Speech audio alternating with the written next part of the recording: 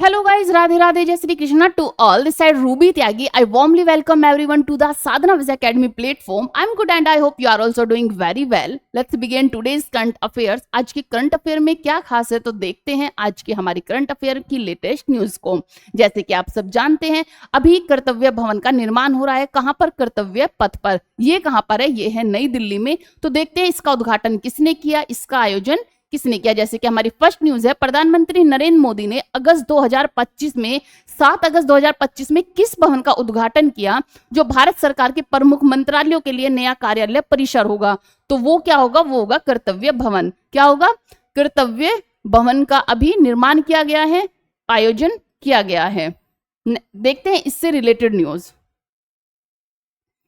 प्रधानमंत्री नरेंद्र मोदी ने 7 अगस्त 2025 को कर्तव्य पथ पर बने कर्तव्य भवन का उद्घाटन किया। यह भवन प्रधानमंत्री कार्यालय, कहां पर? पीएमओ, कैबिनेट सचिवालय और अन्य प्रमुख नीति निर्धारण विभागों को आधुनिक, एकीकृत और सुरक्षित कार्यालय सुविधा प्रदान करता है। इसका निर्माण सेंट्रल विस्टा प्रोजेक्ट के अंतर्गत, किसके अंतर्गत? सेंट्रल विस्टा प्रोजेक्ट के अंतर्गत किया जा रहा है। यह पुराने और बिखरे हुए कार्यालयों की जगह लेकर प्रशासनिक कामकाज को सुगम बनाएगा। देखते हैं नेक्स्ट न्यूज।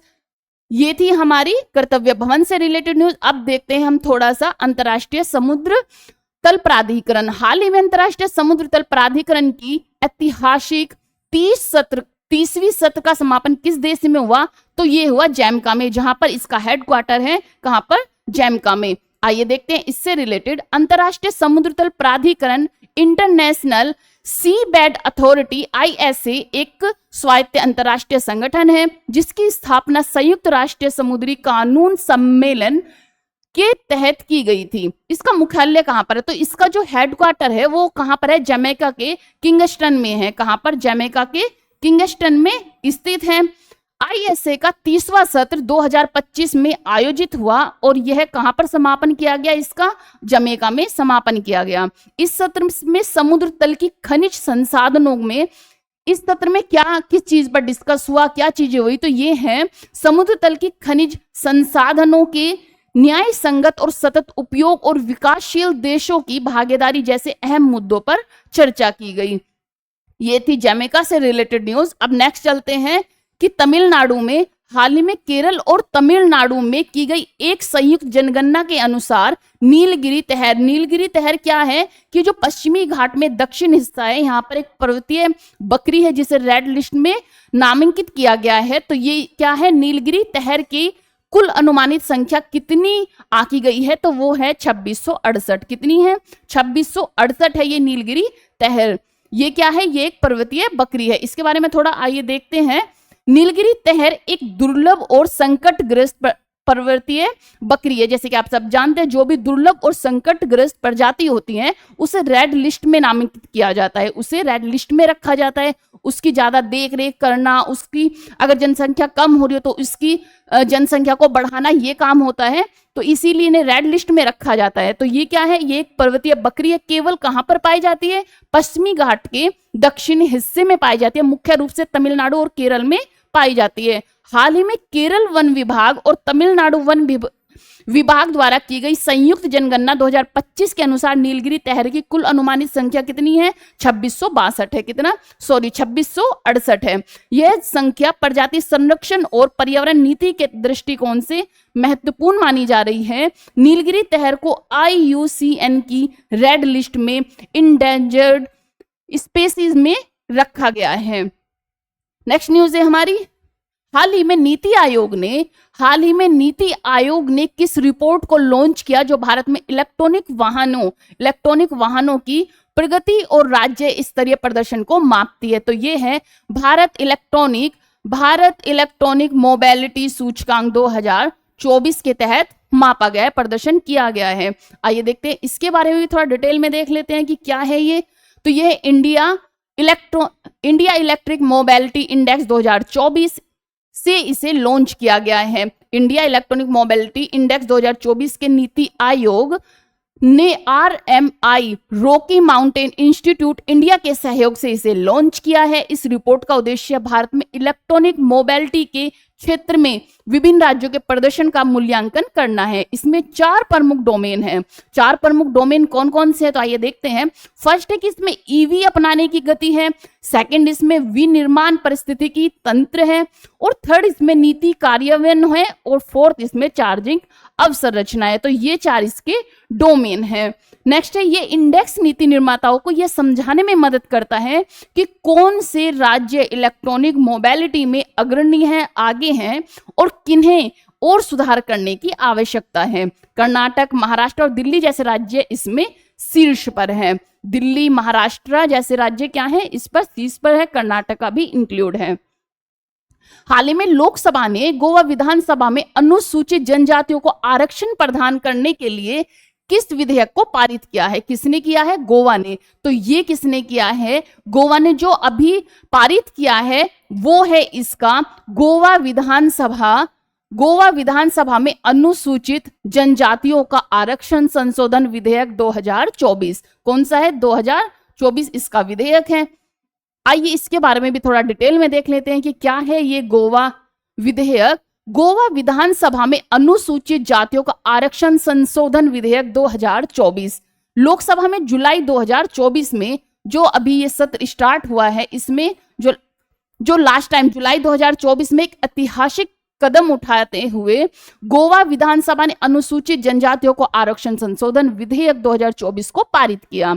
इस विधेयक का उद्देश्य क्या है? तो इस जो विधेयक का उद्देश्य है वो है गोवा विधानसभा में पहली बार अनुसूचित जनजातियों को आरक्षित सीटें प्रदान की गई हैं। गोवा जो विधानसभा इसमें फर्स्ट टाइम ये जो जनजातियों को आरक्षण दिया गया है, ये फर्स्ट टाइम दिया गया है। अनुसूचित जनजातियों को आरक्षित सीटें प्रदान की गई हैं। गोवा राज्य में प्रमुख जनजातियों में कौन कौन सी हैं? जो ये प्रमुख जनजातियां हैं ये हैं कौन कौन सी? तो ये हैं कोकनास, विल्प्स और ठगनीज शामिल हैं, जिन्हें अब राजनीतिक प्रतिनिधित्व मिलेगा। यह विधेयक भारतीय विधानसभा में अनुच्छेद 332, ये भी याद रखना है कि कौन से आर्टिकल के तहत है? अनुच्छेद 332 के अंतर्गत आता है, जो विधानसभा में अनुसूचित जातियों और जनजातियों के लिए आरक्षण को प्रावधान करता है। आइए नेक्स्ट चलते हैं। नेक्स्ट न्यूज है हमारी, हाल ही में किस कंपनी ने ऑस्ट्रेलियाई साझेदारों के साथ मिलकर अपना पहला कमर्शियल मिशन लॉन्च करने की घोषणा की है? तो ये की है ग्रुप स्पेस ने। किसने? ग्रुप स्पेस ने क्या किया है कि ऑस्ट्रेलियाई साझेदारों के साथ मिलकर अपना पहला MSI multi sensor imaging commercial mission launch किया है। अमेजिंग। नेक्स्ट न्यूज है हमारी, इसी के बारे में थोड़ा डिस्कस करते हैं। ग्रुप स्पेस नामक भारतीय स्टार्टअप ने हाल ही में घोषणा की है कि वह ऑस्ट्रेलियाई साझेदारों के साथ मिलकर पहला अपना MSI कमर्शियल मिशन लॉन्च करेगा। यह मिशन भारत और ऑस्ट्रेलिया के बीच अंतरिक्ष सहयोग को और मजबूत करने की दिशा में एक बड़ा कदम है।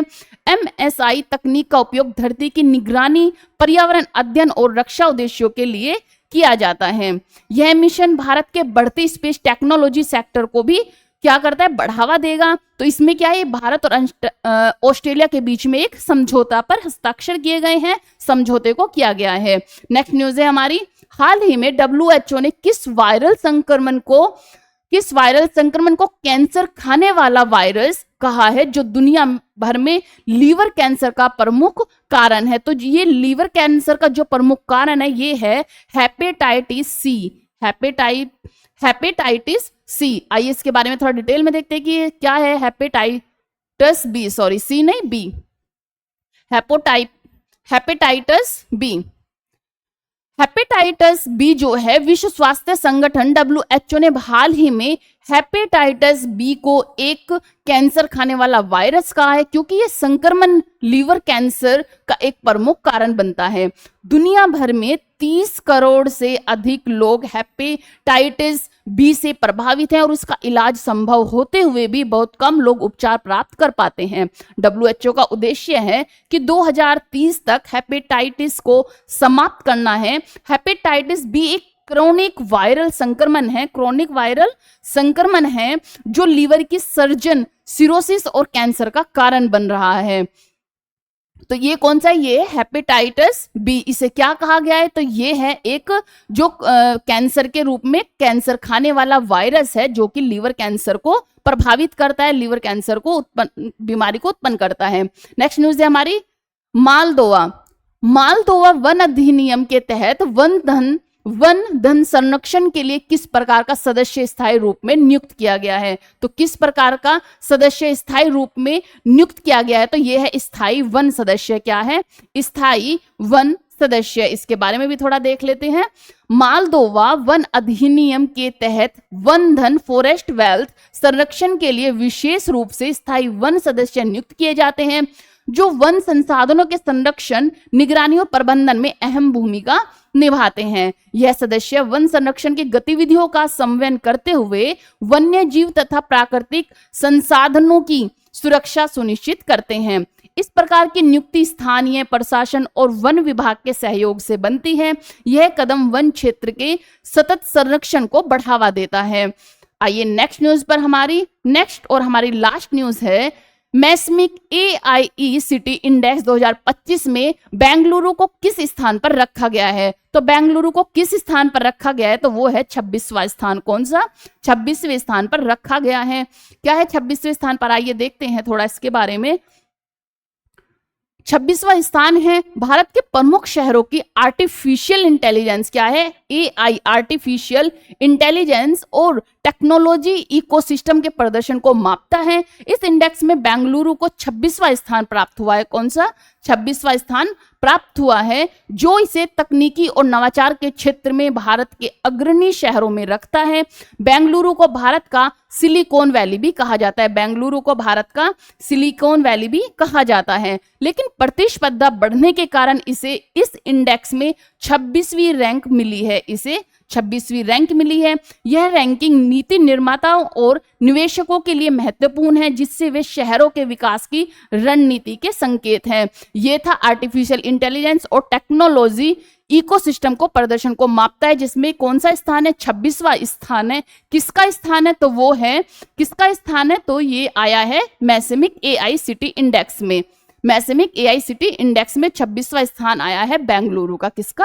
बेंगलुरु का। ये थी हमारी आज की लेटेस्ट न्यूज। आई होप आपको पसंद आई होगी। पसंद आई तो वीडियो को लाइक, शेयर और सब्सक्राइब जरूर करें। नेक्स्ट पार्ट हमारा नेक्स्ट क्लास में होगा, जिसमें हम पढ़ेंगे स्टेट, जो कि हमारा आज का स्टेट होगा त्रिपुरा। तो देखते हैं इसके बाद में हम पार्ट 2 में त्रिपुरा स्टेट को रीड करेंगे।